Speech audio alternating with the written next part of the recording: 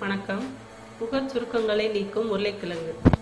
எல்லா உணவு வகைகளில் உள்ளதை விட இதில் காரப்பொருள் அதிக அளவுடனும் உறுதியான பொருளாகவும் இருக்கிறது. இதுதான் நம் உடலில் அதிகமாய் உள்ள புளித்த அமிலங்களை சமப்படுத்தி அல்லது வெளியேற்றி உடலை ஆரோக்கியமாக பாதுகாக்கிறது. யூரிக் அமிலத்தையும் புளித்த நீரையும் கரைத்து வெளியேற்றி விடுகிறது. அத்துடன் சாப்பிட்ட உணவு எளிதில் ஜீரணமாக உணவு பாதையில் நட்புணர்வுடன் செயல்படும் பாக்டீரியாக்களையும் அதிகம் வளர்த்து விடுகிறது. ஊட்டச்சத்து குறைவால் ஏற்படும் சொறி, கரப்பான் போன்ற ஸ்கர்வி நோயை குணப்படுத்த உருளைக்கிழங்கு மசியலை சாப்பிட்டால் போதும்.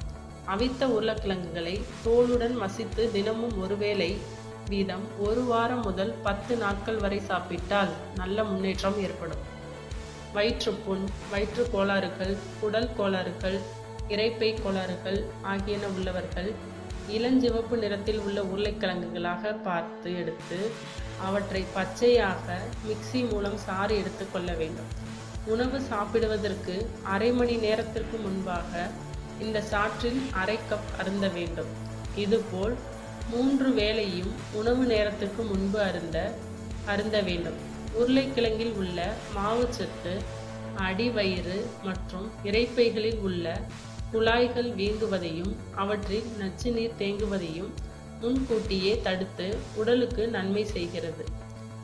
இதே உருளைக்கிழங்கு சாற்றை உடலில் எலும்பு இணைப்புகள் மற்றும் தசை பகுதிகளில் வீக்கம் முதலிய கோளாறுகளுக்கும் வாத நோய்களுக்கும் வெளிப்பூச்சாக தேய்க்க உடல் நலமுறும்.